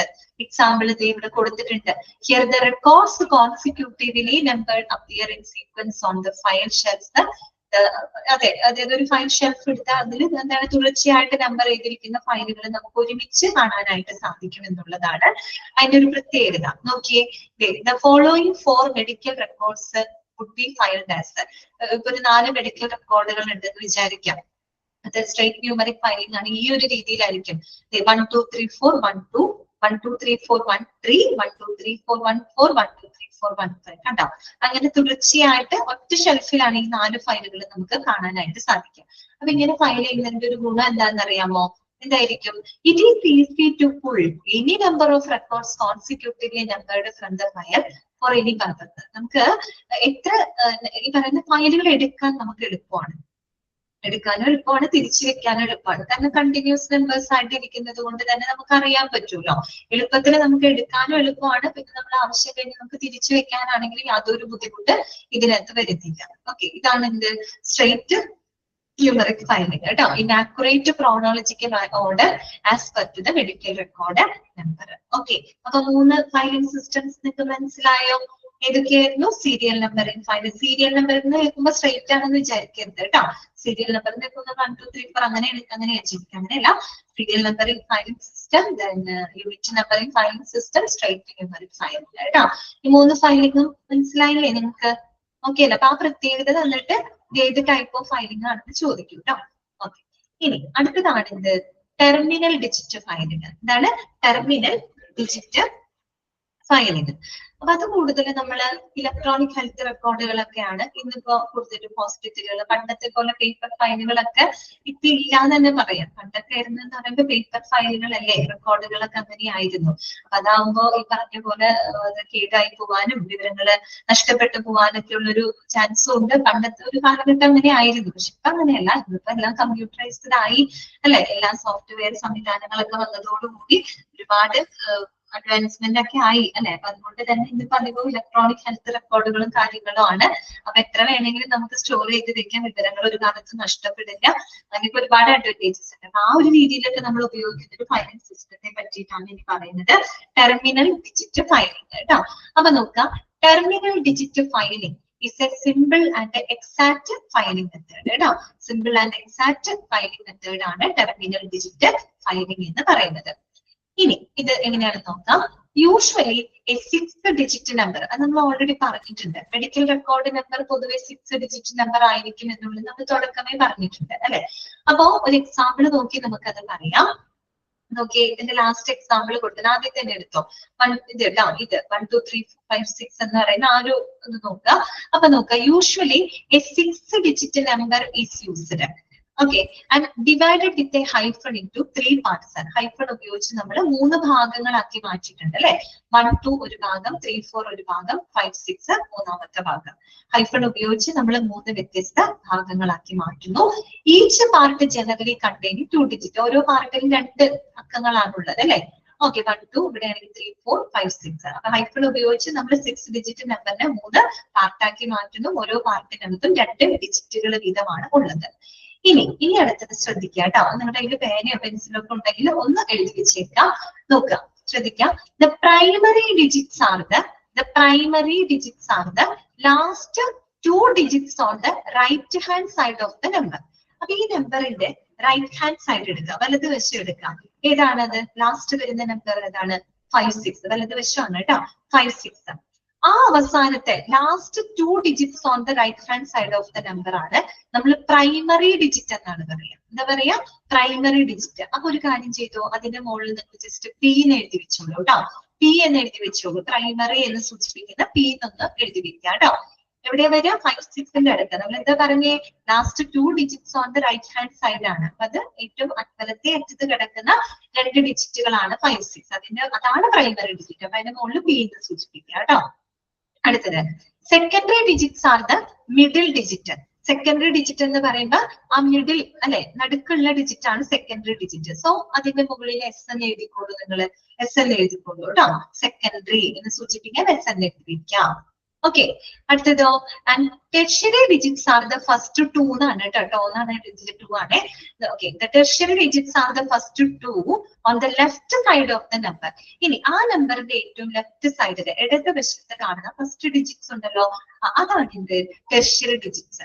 അതിന്റെ മുകളിൽ നിന്ന് ടി എന്ന് സൂചിപ്പിച്ചോളൂ കേട്ടോ, ടി എന്ന് എഴുതി വെച്ചോളൂ. ഇനി ഞാൻ ചോദിക്കട്ടെ, ലെഫ്റ്റ് ടു റൈറ്റിലോട്ട് റീഡ് ചെയ്യുമ്പോൾ, നിങ്ങൾക്ക് കിട്ടിയ കോഡ് എന്താണെന്നൊന്ന് പറയാമോ? ആ കോഡ് എന്താ കിട്ടിയത് നിങ്ങൾക്ക്? ലെഫ്റ്റ് ടു റൈറ്റിലോട്ട് നിങ്ങൾ മുകളിൽ എഴുതി വെച്ചിട്ടില്ലേ? എന്ത് കോഡാ നിങ്ങൾക്ക് കിട്ടിയത്? ഏത് കോഡാ കിട്ടിയെന്ന് പറയാമോ? TSP. ഓക്കെ, TSP എന്ന് പറയുന്ന കോഡാണ്. അത് നിങ്ങൾ ഓർത്ത് വെച്ചോളൂ കേട്ടോ. TSP എന്ന് ഓർത്ത് വെച്ച് കഴിഞ്ഞാൽ എവിടെ നിന്നാണ്? ലെഫ്റ്റ് ടു റൈറ്റ് ആണ് കേട്ടോ. ഒരിക്കലും റൈറ്റ് അത് അങ്ങനെ ഒരു മാറിപ്പോവരുതേ. വലത്തുനിന്ന് ഇടത്തോട്ടല്ല, ഇടത്തു നിന്ന് വലത്തോട്ട് കേട്ടോ. ലെഫ്റ്റ് ടു റൈറ്റിലേക്കുള്ള ആ ഒരു ഓർഡർ എന്ന് പറഞ്ഞാല് TSP എന്നുള്ള ആ ഒരു കോഡാണ് നമുക്ക് കിട്ടുന്നത്. അത് നിങ്ങൾ പഠിച്ചു വയ്ക്കാം. ഓക്കെ, അപ്പൊ ടെർമിനൽ ഡിജിറ്റ് ഫയലിങ്ങിന്റെ കോഡ് എന്ന് പറയുമ്പോൾ TSP. എങ്ങനെ ക്വസ്റ്റ്യൻ വരാന്ന് വെച്ച് കഴിഞ്ഞാല് ചിലപ്പോ ഒരു 6 ഡിജിറ്റ് ഒരു മെഡിക്കൽ റെക്കോർഡ് നമ്പർ തരികയാണ്. എന്നിട്ട് നിങ്ങളോട് പറയാണ് ഇനി ടെർമിനൽ ഡിജിറ്റ് ഫയലിംഗ് ഏതാണ്, secondary digits of the number ഏതാണെന്ന് ചോദിക്കുകയാണ്. അപ്പൊ ആ നമ്പറിൽ നിങ്ങൾക്ക് അറിയണം സെക്കൻഡറി ഡിജിറ്റ്. ഈ ഒരു കോഡ് അറിയാൻ നിങ്ങൾക്ക് കിട്ടില്ലേ? ആ നമ്പറിന്റെ മുകളിൽ നിങ്ങൾ ആ കോഡ് എഴുതി വെക്കാം, TSP. അപ്പൊ നിങ്ങൾക്ക് ആ സെക്കൻഡറി ഡിജിറ്റ് ഏതാണെന്നുള്ളത് കറക്റ്റ് ആയിട്ട് അറിയാൻ പറ്റും. ഓക്കെ, അങ്ങനെ ക്വസ്റ്റ്യൻ വന്നിട്ടുണ്ട്. അതുകൊണ്ട് ഈ കോഡ് അങ്ങ് പഠിച്ചു വെച്ചാൽ മതി കേട്ടോ, TSP. ഓക്കെ, അപ്പൊ ടെർഷ്യറി ഡിജിറ്റ്, പിന്നെ സെക്കൻഡറി, പ്രൈമറി, അത് ആ ഒരു ഓർഡറിൽ പഠിച്ചു വെക്കാം കേട്ടോ. ഓക്കെ, ഇനി എന്താ പറയുന്നത് വെച്ച് കഴിഞ്ഞാല് in the file the second tertiary digit alters with every record. ഇനി എങ്ങനെയാ ഇതിന്റെ ഫയലിംഗ് വരുന്നത് നോക്കിയേ. ഫയൽ എങ്ങനെയാണെന്ന് വെച്ചാല് സെക്കൻഡ് ടെർഷ്യറി ഡിജിറ്റ് ഏതാണ്? ഈ ടെർഷ്യറി ഡിജിറ്റ് എന്ന് പറയുന്നത്, ടെർഷ്യറി ഡിജിറ്റ് എന്ന് പറഞ്ഞാൽ ഫസ്റ്റ് 2 ഡിജിറ്റ് അല്ലേ?